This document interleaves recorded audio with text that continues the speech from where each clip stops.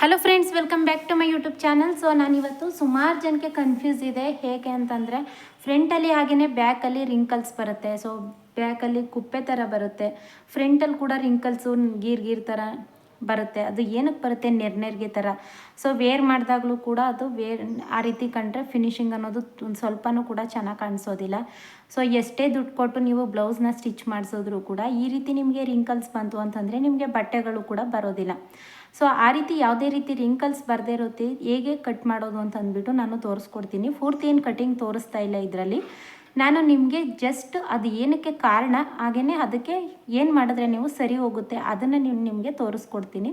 So ಇದರಿಂದ ಏನಾಗುತ್ತೆ ಅಂತಂದರೆ ನಿಮ್ಗೆ ಯಾವುದೇ ರೀತಿ ರಿಂಕಲ್ಸು ಬರೋದಿಲ್ಲ, ಅದಕ್ಕೋಸ್ಕರ ಹೇಳ್ತಾ ಇದ್ದೀನಿ. ಸೊ ಇದು ಬಂದು ನಾನು 36 ಎದೆ ಸುತ್ತಳತೆದನ್ನ ತೋರಿಸ್ತಾ ಇದ್ದೀನಿ. ಸೊ ಪ್ರತಿಯೊಂದು ನೀವು ಯಾವುದೇ ಎದೆ ಸುತ್ತಳತೆ ಕೊಟ್ಟರು ಇದೇ ಮೆಸರ್ಮೆಂಟ್ನ ಯೂಸ್ ಮಾಡ್ಕೋಬೋದು. ಅಂತಂದರೆ ನಾನು ಇವಾಗ ಏನು ಮೆಸರ್ಮೆಂಟ್ ಕೊಡ್ತಾ ಇದ್ದೀನಿ ಅದನ್ನು ಯೂಸ್ ಮಾಡ್ಕೊಳ್ಳಿ ಅಂತ ಅಲ್ಲ, ಇವಾಗ ಹೇಳ್ಕೊಡೋ ಅಂಥ ಟ್ರಿಕ್ಸ್ನ ಯೂಸ್ ಮಾಡ್ಕೊಳ್ಳಿ. ಆವಾಗ ನಿಮಗೆ 100% ಸೊಲ್ಯೂಷನ್ ಅನ್ನೋದು ಸಿಗುತ್ತೆ. ಸೊ 36 ಎದೆ ಸುತ್ತಳತೆಗೆ 2.25 ಇಂಚು ಭುಜನ ಇಟ್ಕೋತಾ ಇದ್ದೀನಿ. ಹಾಗೆಯೇ 2.25 ಇಂಚು ನೆಕ್ ಬಿಡ್ತು, 3 ಇಂಚು ಭುಜನ ಇಟ್ಕೋತಾ ಇದ್ದೀನಿ. ಹಾಗೆಯೇ 5.25 ಇಂಚು ನಾನು ಕಂಕ್ಳ ಹತ್ರ ಕಟ್ ಮಾಡ್ತಾ ಇದ್ದೀನಿ. ಆರ್ಮಲ್ಲಿ ಬಂದು 5.25 ಇಂಚ್ಗೆ ಮಾರ್ಕ್ ಮಾಡಿಕೊಂಡು ಇಲ್ಲಿ ಈ ರೀತಿ ರೌಂಡ್ ಶೇಪ್ ಕೊಟ್ಕೊಳ್ಳಿ. ಸೊ ನಾನು ಜಸ್ಟ್ ಹಾಗೇ ಕೊಡ್ತಾ ಇದ್ದೀನಿ ಅಷ್ಟೇ. ಬ್ಯಾಕ್ ಡೀಪ್ ಬಂದು 10 ಇಂಚ್ಗೆ ಇಡ್ತಾ ಇದ್ದೀನಿ. ಸೊ ನಾನು ನಿಮಗೆ ತೋರಿಸೋದಕ್ಕೋಸ್ಕರ ಮಾರ್ಕ್ ಮಾಡ್ತಾ ಇದ್ದೀನಿ ಅಷ್ಟೇ. ಏನಕ್ಕೆ ಬರುತ್ತೆ ಅಂತ ಅಂದ್ಬಿಟ್ಟು ನಾನು ನಿಮಗೆ ತೋರಿಸ್ಕೊಡ್ತೀನಿ, ಓಕೆನಾ? ಇವಾಗ ಇದನ್ನು ರೌಂಡ್ ಶೇಪ್ನ ಈ ರೀತಿ ಇಟ್ಕೊಂಡ್ವಿ ಅಲ್ವಾ. ಇಲ್ಲಿ ನಿಮಗೆ ಫ್ರಂಟಲ್ಲಿ ಆಗಿರ್ಬೋದು. ಫಸ್ಟ್ ಇವಾಗ ಬ್ಯಾಕ್ ಪಾರ್ಟಲ್ಲಿ ಹೇಳ್ಬಿಡ್ತೀನಿ. ಜಾಸ್ತಿ ಜನಕ್ಕೆ ಬ್ಯಾಕ್ ಪಾರ್ಟಲ್ಲೇ ರಿಂಕಲ್ಸ್ ಬರುತ್ತೆ, ಅದಕ್ಕೋಸ್ಕರ ಫಸ್ಟ್ ಬ್ಯಾಕ್ ಪಾರ್ಟಲ್ಲಿ ಹೇಳ್ಬಿಡ್ತೀನಿ. ಅದಾದಮೇಲೆ ಫ್ರಂಟ್ ಪಾರ್ಟಲ್ಲಿ ಹೇಳ್ಕೊಡ್ತೀನಿ. ನಿಮಗೆ ಬ್ಯಾಕ್ ಹತ್ರ ಇಲ್ಲಿ ವೇರ್ ಮಾಡಾದಮೇಲೆ ತೋಳಿನ ಹಿಂಭಾಗದಲ್ಲಿ ಬ್ಯಾಕ್ ಹತ್ರ ಕಂಕ್ಳ ಹತ್ರ ಹಾಗೆಯೇ ತೋಳಿನ ಹಿಂಭಾಗದಲ್ಲಿ ಇಲ್ಲಿ ಬಟ್ಟೆ ಎಕ್ಸ್ಟ್ರಾ ಉಳ್ಕೊಳ್ಳುತ್ತೆ. ಈ ರೀತಿ ಬಿಟ್ಕೊಳ್ಳುತ್ತೆ, ಬಡ್ ಅಂತ ಅಂದ್ಕೊಂಡಿರುತ್ತೆ, ರಿಂಕಲ್ಸ್ ಬಂದಿರುತ್ತೆ. ಸೊ ಅದು ಏನು ಕಾರಣಕ್ಕೆ ಬರುತ್ತೆ ಅಂತಂದರೆ, ಒಬ್ಬೊಬ್ರಿಗೆ ಏನಾಗುತ್ತೆ ಅಂತಂದರೆ ಎದೆ ಸುತ್ತಳತೆ ಕಡಿಮೆ ಇದ್ದರೂ ಕೂಡ ಹಾಗೆಯೇ ಕಂಕ್ಳ ಹತ್ರ ದಪ್ಪ ಇರುತ್ತೆ. ಸೊ ತೋಳುಗಳು ದಪ್ಪ ಇರುತ್ತೆ ಅಲ್ವಾ, ಹಾಗಾಗಿ ಆರ್ಮೋಲ್ ಹತ್ರ ಕೂಡ ದಪ್ಪ ಇರುತ್ತೆ. ಅವ್ರಿಗೆ ನೀವು ನಾರ್ಮಲಾಗಿ ಬ್ಲೌಸ್ ಕಟಿಂಗ್ ಮಾಡೋ ರೀತಿ ಮಾಡಿದ್ರಿ ಅಂತಂದರೆ ಅದು ನಿಮಗೆ ಖಂಡಿತವಾಗ್ಲೂ ಕೂಡ ರಿಂಕಲ್ಸ್ ಬರುತ್ತೆ. ನೋಡಿ, ಇದರಲ್ಲೂ ಕೂಡ ರಿಂಕಲ್ಸ್ ಇದೆ. ಹೀಗೆ ಇವಾಗ ಇದು ತೋಳಿನ ಹಿಂಭಾಗ ಅಲ್ವಾ, ಇಲ್ಲಿ ತೋಳಿನ ಹಿಂಭಾಗದಲ್ಲಿ ಬಟ್ಟೆ ಈ ರೀತಿ ವೇರ್ ಮಾಡಿದಾಗ ಈ ರೀತಿ ಉಬ್ಕೊಂಡಂಗಾಗುತ್ತೆ. ನೋಡಿ, ಹೀಗೆ ಈ ರೀತಿ ಆಗುತ್ತೆ. ಇಲ್ಲಿ ನೋಡಿ, ಇಲ್ಲೇ ಕಾಣಿಸ್ತಾ ಇದೆ ಅಲ್ವಾ ರಿಂಕಲ್ಸ್ ಬಂದಿರೋದು. ಈ ರೀತಿ ಆಗುತ್ತೆ. ಈ ರೀತಿ ಆದಾಗ ಈ ಬ್ಲೌಸ್ನ ಏನು ಮಾಡ್ಬೋದು ಅಂತಂದರೆ, ನೀವು ಈಗ ಇಟ್ಕೊಂಡು ಇಲ್ಲಿ ನಾವು ಆರ್ಮೋಲ್ ಎಷ್ಟಿದೆ ಅಂತ ಈ ರೀತಿ ನೋಡ್ಕೋತೀವಿ ಅಲ್ವಾ. ಅರ್ಧ ಇಂಚು ಎಕ್ಸ್ಟ್ರಾ ಇಟ್ಕೊಂಡೆ ನೋಡ್ಕೊಳ್ಳಿ. ಯಾಕೆ ಅರ್ಧ ಇಂಚು ಅಂತಂದರೆ ಭುಜ ಅಟ್ಯಾಚ್ ಮಾಡೋದಕ್ಕೆ ಬೇಕಾಗುತ್ತೆ ಕಟ್ಟಿಂಗಲ್ಲಿ, ಅದಕ್ಕೋಸ್ಕರ ಅರ್ಧ ಇಂಚು ಇಟ್ಕೊಂಡು ನೀವು ಮಾರ್ಕ್ ಇಷ್ಟೇ ಮಾಡ್ಕೊಳ್ಳಿ. ಇದರಲ್ಲಿ ಏನು ಚೇಂಜಸ್ ಬೇಡ. ಇವಾಗ 6 ಇಂಚ್ ಇದೆ ಅಲ್ವಾ, 6 ಇಂಚ್ನೇ ಮಾರ್ಕ್ ಮಾಡ್ಕೊಳ್ಳಿ. ನಾನು ತೋರಿಸ್ತೀನಿ ನೋಡಿ, 6 ಇಂಚೇ ಮಾರ್ಕ್ ಮಾಡಿ. ಇವಾಗ ನಾರ್ಮಲಾಗಿ ಇಲ್ಲಿ ಎಷ್ಟಿದೆ ಅಷ್ಟಕ್ಕೇ ಒಂದು ಮಾರ್ಕ್ ಮಾಡ್ಕೊಂಡು ಬಿಡಿ. ಮಾರ್ಕ್ ಮಾಡ್ಕೊಂಡು ನಾರ್ಮಲಾಗಿ ಬ್ಯಾಕ್ ಪಾರ್ಟಲ್ಲಿ 1 ಇಂಚು ಅದನ್ನು ಹೇಳ್ಕೊಡ್ತೀನಿ. ಇವಾಗ ಈ ರೀತಿ ಶೇಪ್ ಕೊಟ್ರಿ ಅಲ್ವಾ, ಇದನ್ನು ಏನು ಮಾಡಬೇಕು, ಅಲ್ಲಿ ರಿಂಕಲ್ಸ್ ಆಗ್ತಾಯಿದೆ ಅಂದಾಗ ನಾವಿಲ್ಲಿ ರೌಂಡ್ ಶೇಪ್ ಕೊಟ್ಟಿದ್ದೀವಲ್ಲ, ಅದರಿಂದ ಕೆಳಗಡೆಗೆ ಸ್ವಲ್ಪ ಈ ರೀತಿ ತಗೋಬೇಕು. ಒಂದು ಅರ್ಧ ಇಂಚಷ್ಟು ಕೆಳಗಡೆ ತಗೊಂಡ್ರೆ ಏನಾಗುತ್ತೆ, ಅಲ್ಲಿ ಎಕ್ಸ್ಟ್ರಾ ಬಟ್ಟೆ ಇರೋ ಅಂಥದ್ದು ಕಟಿಂಗ್ ಮಾಡಿ ತೆಗೆದುಬಿಡ್ತೀವಿ. ಆವಾಗ ನಿಮಗೆ ಯಾವುದೇ ಕಾರಣಕ್ಕೂ ರಿಂಕಲ್ಸ್ ಆಗೋದಿಲ್ಲ. ಸೊ ಇದು ಗೊತ್ತಾಯ್ತಲ್ವಾ. ಇಲ್ಲಿ ಇನ್ನೊಂದು ಪಾಯಿಂಟ್ನ ನಾನು ಹೇಳ್ಕೊಡ್ತೀನಿ.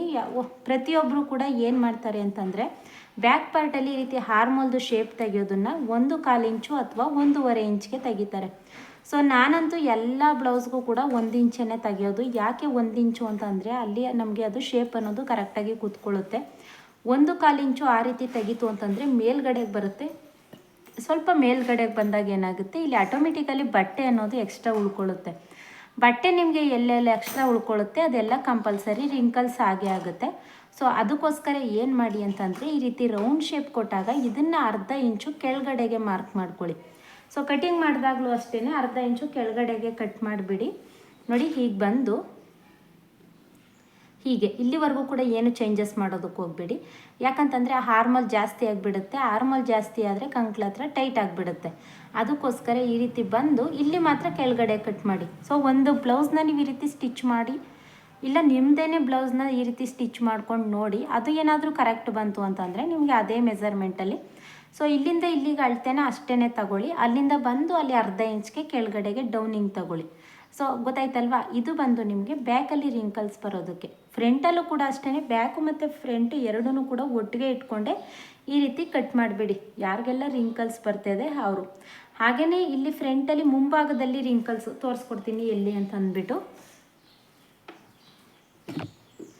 ನೋಡಿ. ಇಲ್ಲಿ ಬಂದು ಇದೇನು ರಿಂಕಲ್ಸ್ ಇಲ್ಲ ಫ್ರಂಟಲ್ಲಿ, ಸೊ ಆದರೂ ಕೂಡ ಇಲ್ಲಿ ಏನಾದರೂ ರಿಂಕಲ್ಸ್ ಬಂತು ಅಂತಂದರೆ ಈ ರೀತಿ ಫ್ರಂಟಲ್ಲಿ ಹೀಗೆ ನಾವು ವೇರ್ ಮಾಡಿದಾಗ ಈ ರೀತಿ ನೋಡಿ ಹೀಗೆ ರಿಂಕಲ್ಸ್ ಬಂದುಬಿಡುತ್ತೆ. ಅದು ಏನಕ್ಕೆ ರಿಂಕಲ್ಸ್ ಬರುತ್ತೆ ಅಂತಂದರೆ, ನೀವುದು ಸ್ಲೀವ್ಸ್ದು ಫ್ರಂಟ್ ಶೇಪ್ ತೆಗಿದಾನೆ ಹಾಗೆ ಸ್ಟಿಚ್ ಮಾಡ್ತು ಅಂತಂದರೆ ಇಲ್ಲಿ ರಿಂಕಲ್ಸ್ ಬರುತ್ತೆ.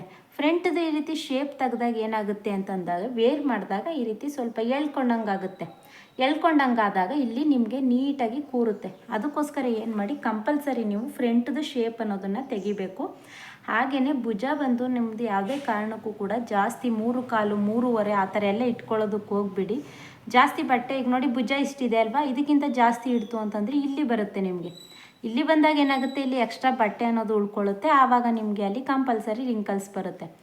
ಅದಕ್ಕೇನು ಮಾಡಿ, ನೀವು ಭುಜನ ಒಂದು 3 ಇಂಚು 3/4 ಇಂಚು ಅಷ್ಟೇ ಸಾಕಾಗುತ್ತೆ, ಅಷ್ಟೇ ಇಟ್ಕೊಳ್ಳಿ. ಯಾವುದೇ ಅಳತೆ ಬ್ಲೌಸ್ ಕೊಟ್ಟರು ಕೂಡ ನಿಮ್ಗೇನಾದರೂ ಡೀಪು 9 ಇಂಚಿಂದ ಮೇಲ್ಗಡೆ ಇತ್ತು, 8 ಇಂಚು 7 ಇಂಚು ಆ ಥರ ಇಡ್ತು ಅಂತಂದರೆ ಮಾತ್ರ 3.5 ಇಂಚು, ಹಾಗೆಯೇ ನೆಕ್ ವಿಡ್ತ್ ಬಂದು 2.5 ಇಂಚು ಆ ರೀತಿ ಇಟ್ಕೊಳ್ಳಿ.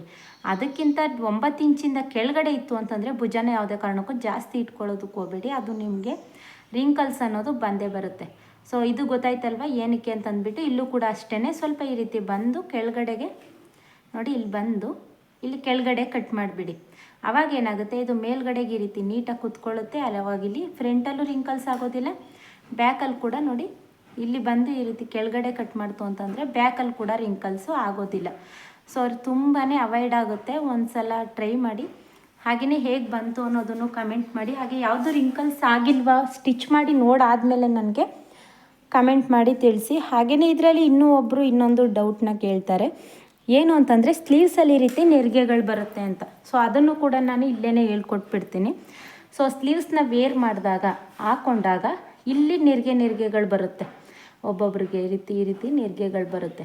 ಅದು ಏನಕ್ಕೆ ಆ ರೀತಿ ನೆರಿಗೆಗಳು ಬರುತ್ತೆ ಅಂತಂದರೆ, ನಾವು ಇಲ್ಲಿ ಕರೆಕ್ಟಾಗಿ ಹಾರ್ಮೋಲ್ನ ಕಟ್ ಮಾಡಲಿಲ್ಲ ಅಂತಂದರೂ ಕೂಡ ಬರುತ್ತೆ. ಸೊ ಹಾರ್ಮೋಲ್ ನೀವು ಕರೆಕ್ಟಾಗಿ ಕಟ್ ಮಾಡಿದ್ದೀರಾ, ಇಲ್ಲಿ ಸ್ಲೀವ್ಸ್ ಹತ್ರ ನೆರಿಗೆ ಬರ್ತಾ ಇದೆ ಅಂತಂದರೆ ಏನು ಮಾಡಬೇಕು ಅಂದಾಗ, ಇಲ್ಲಿ ಸ್ಲೀವ್ಸ್ದು ಡೌನಿಂಗ್ ತೆಗಿತೀರಾ ಅಲ್ವಾ. ಸೊ ಇವಾಗ ನಾರ್ಮಲಾಗಿ ಈ ರೀತಿ ಸ್ಲೀವ್ಸ್ದು ಬಂದು ಹೀಗೆ ಡೌನಿಂಗ್ ತೆಗಿತೀರಲ್ಲ, ಅದನ್ನು ಸ್ವಲ್ಪ ಜಾಸ್ತಿ ತಗೊಳ್ಳಿ.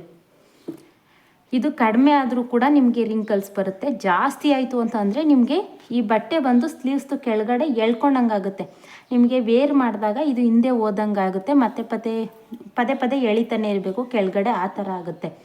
ಅದಕ್ಕೋಸ್ಕರ ಏನು ಮಾಡಿ, ನಾನು ನಿಮಗೆ ಸ್ಲೀವ್ಸ್ದು ಡೌನಿಂಗ್ ಯಾವ ಅಳತೆಗೆ ಎಷ್ಟು ತಗೋಬೇಕು ಅನ್ನೋದನ್ನು ಬೇಕು ಅಂತಂದರೆ ನನಗೆ ಕಮೆಂಟ್ ಮಾಡಿ ತಿಳಿಸಿ.